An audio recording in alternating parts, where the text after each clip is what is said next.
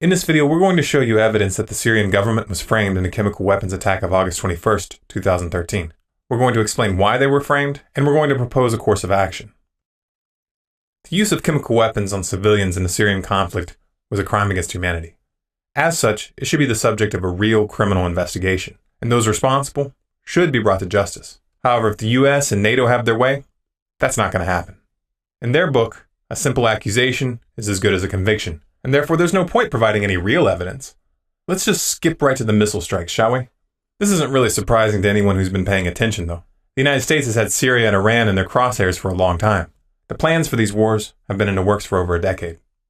About 10 days after 9/11, I went through the Pentagon and I saw Secretary Rumsfeld and Deputy Secretary Wolfowitz. I went downstairs just to say hello to some of the people on the joint staff who used to work for me, and one of the generals called me and he said, "Sir, you got to come in and talk to me a second." I said, "Well, you're too busy." He said, No. He says, "We've made the decision. We're going to war with Iraq." This was on or about the 20th of September. I said, "We're going to war with Iraq? Why?" He said, "I don't know." He said, "I guess they don't know what else to do." So I said, "Well, did they find some information connecting Saddam to Al-Qaeda?" He said, No. He says, "There's nothing new that way. They've just made the decision to go to war with Iraq." He said, "I guess it's like we don't know what to do about terrorists, but we've got a good military and we can take down governments." And he said, "I guess if the only tool you have is a hammer, every problem has to look like a nail." So I came back to see him a few weeks later, and by that time we were bombing in Afghanistan. I said, "Are we still going to war with Iraq?" And he said, "Oh, it's worse than that." He said, he reached over on his desk, he picked up a piece of paper, and he said, I just got this down from upstairs," meaning the Secretary of Defense's office today, and he said, "This is a memo that describes how we're going to take out 7 countries in 5 years, starting with Iraq and then Syria, Lebanon, Libya, Somalia, Sudan, and finishing off Iran."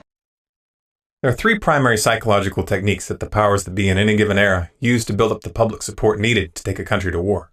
1. Create the impression that the aggressor is actually acting in self-defense, or in defense of a helpless nation. This can be done by exaggerating the danger posed by an enemy, fabricating an attack and blaming it on the enemy, or intentionally provoking the enemy into a response. 2. Build up a crusade mythology, one that presents the aggressors as fighting for a higher ideal, or for the good of all humanity. In our current era, the meme of spreading democracy, fighting terrorism, or defending human rights are the most commonly used. 3. Dehumanize the enemy. War is mass murder. Therefore, presenting the enemy as evil, barbaric, or subhuman is essential unless you want your citizens and your soldiers questioning the morality of their actions. This pattern is often supported and augmented by a sense of cultural or racial superiority. The way Islamophobia is capitalized on to build moral support for this phony war on terror is a perfect example. The US government has a long, illustrious history of using these techniques, and they keep using them because they work. I frankly think that crisis initiation is really tough. And it's very hard for me to see how the United States president can get us to war with Iran. Which leads me to conclude that if, in fact, compromise is not coming, that the traditional way of America gets to war is what would be best for U.S. interests. Some people might think that Mr. Roosevelt wanted to get us into World War II, as David mentioned. You may recall we had to wait for Pearl Harbor. Some people might think Mr. Wilson wanted to get us into World War I. You may recall he had to wait for the Lusitania episode. Some people might think that Mr. Johnson wanted to send troops to Vietnam. You may recall he had to wait for the Gulf of Tonkin episode. We didn't go to war with Spain until until the Maine exploded. And may I point out that Mr. Lincoln did not feel he could call out the Federal Army until Fort Sumter was attacked, which is why he ordered the commander at Fort Sumter to do exactly that thing which the South Carolinians had said would cause an attack. So if, in fact, the Iranians aren't going to compromise, it would be best if somebody else started the war. One can combine other means of pressure with sanctions. I mentioned that explosion on August 17th. We could step up the pressure. I mean, look, people, Iranian submarines periodically go down. Someday one of them might not come up. Who would know why? We can do a variety of things if we wish to increase the pressure. I'm not advocating that. But I'm just suggesting that this is not a either-or proposition. Of, it's just sanctions has to succeed or other things. We are in the game of using covert means against the Iranians.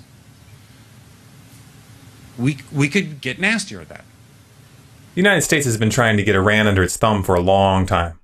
In 1953, the CIA and the UK's MI6 organized a coup to topple the democratically elected Prime Minister of Iran, Mohammad Mossadegh.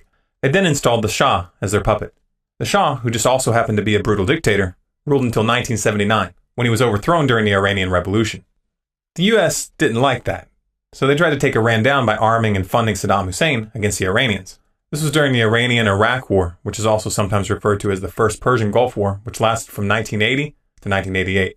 The U.S. continued its support for Iraq even though they knew full well that he was using chemical weapons against the Iranians. This now declassified top-secret memo from November 4, 1983, documents chemical weapons used by Iraq and discusses Iran's likely reactions.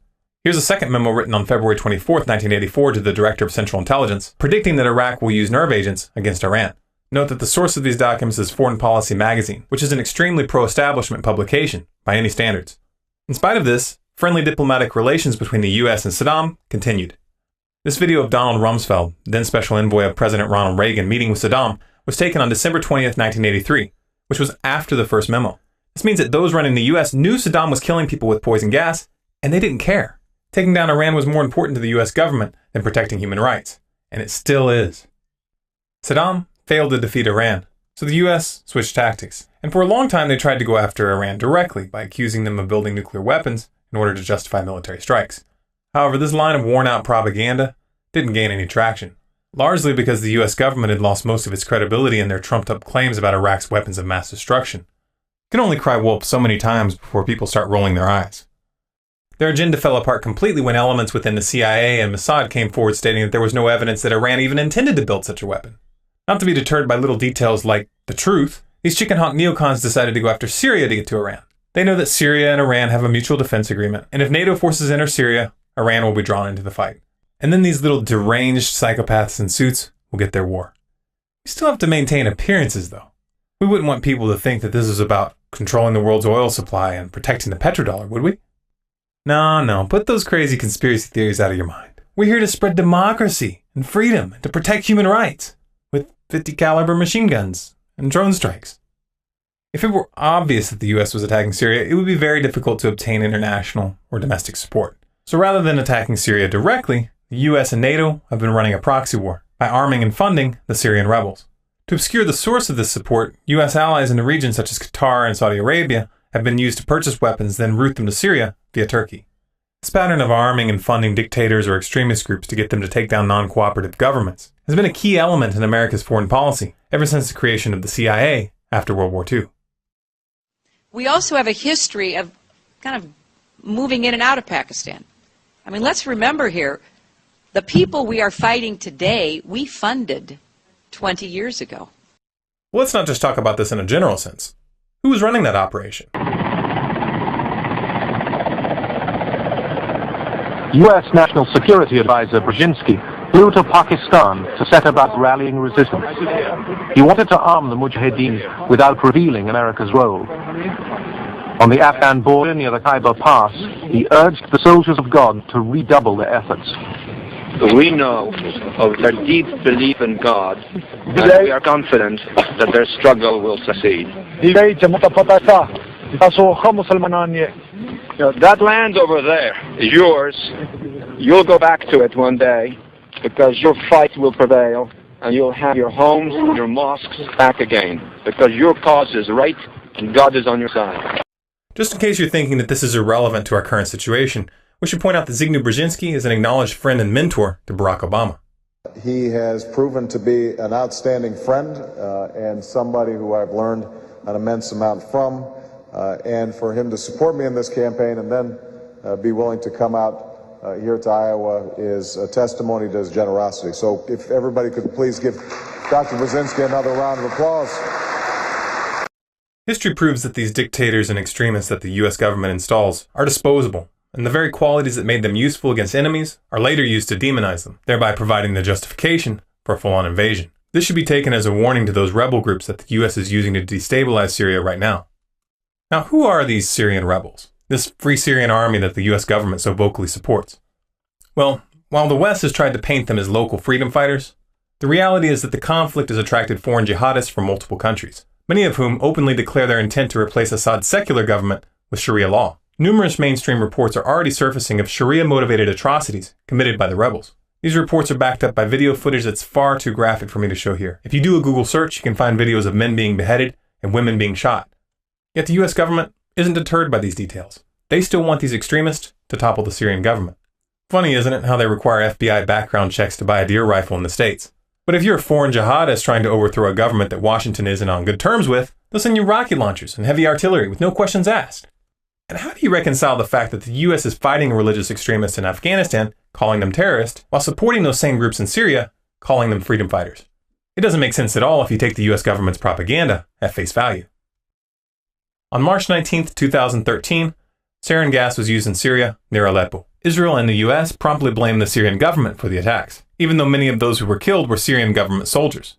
Obama began talking about the event as a red line that had been crossed, and the warmongers began their saber-rattling in earnest. However, the UN insisted on investigating the issue themselves, and on May 6, 2013, UN investigator Carla Del Ponte went public stating that evidence from their investigation indicated that it was the Syrian rebels who had used the sarin gas, and that there was no indication that the Syrian government had launched any chemical attacks whatsoever. Russia's UN ambassador Vitaly Churkin agreed with Del Ponte after Russian experts visited the location where the projectile struck and took their own samples of the material from the site. Those samples were then analyzed at a Russian laboratory certified by the Organization for the Prohibition of Chemical Weapons.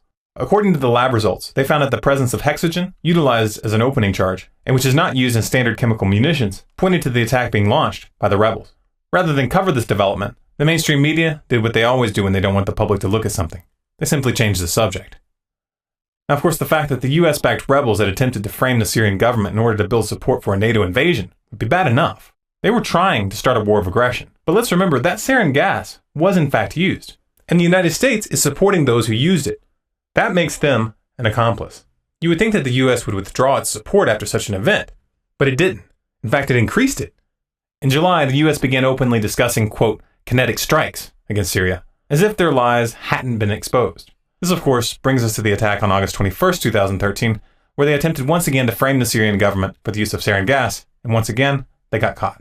The first wave of media coverage tried to pin the attack on the Syrian government, and the US and France instantly came out condemning Assad. By August 24th, the Pentagon had already announced plans for missile strikes.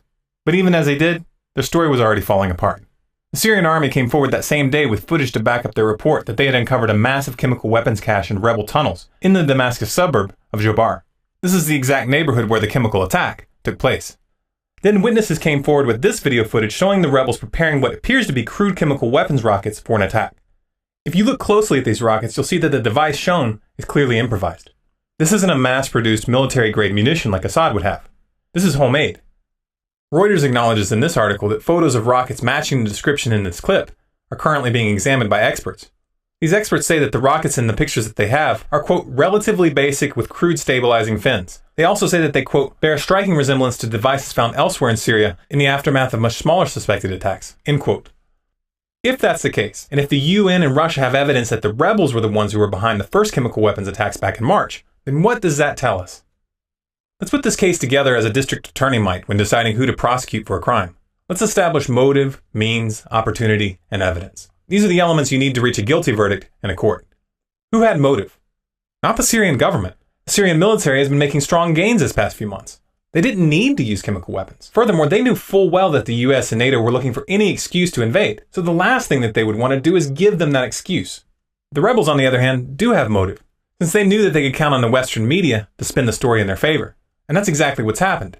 But did the rebels have the means and the opportunity? Actually, yes, they did. On May 31st, 2013, security forces in Turkey found a 2-kilogram cylinder filled with sarin gas after searching the homes of Syrian militants. On July 7th, the Syrian army went public about a chemical lab that they had found belonging to rebels in the city of Banias. In terms of evidence, everything that has been released to the public so far points to the rebels being behind the attack. If the US government has any real evidence to support their side of the story, why don't they produce it?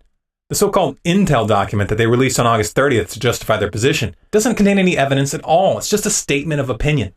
They're talking about bombing a nation, taking us into a war that will most likely spin out of control, drawing in Iran, Russia, and China, just based on their word. Both Russia and China have openly sided with Syria and Iran, and Russia has warned that thermonuclear war could result if the US continues down this path. We're talking about World War III here. This is not a game, people. This is by far the most dangerous crossroads we have ever come to in living history. If we let these psychopaths continue taking us down this path, the consequences are too horrific to even contemplate. We've been trying to warn people where we're headed and trying to show you that there's no political solution that will turn the US government around. Voting the bums out is not going to work. The people are going to have to take the power that they've handed over to these madmen back, directly. The first stage of the revolution is the ideological revolution. That means that our first job is to wake people up. To achieve this, we must build networks of awareness. It's time to connect the activist groups, the Facebook pages, the bloggers, the alternative media. It's time to build lines of communication that cross these artificial borders of left and right. It's time to find that common ground, that unifying idea that will enable us to face our common enemy, and which will lay the framework for what comes next. We must reach a critical mass of awakening, because that's when these networks of awareness become networks of resistance. Our network must reach into every aspect of society, especially the police and military. The police and military are the enforcement arm of this mafia. Without them, the powers that be have no power at all.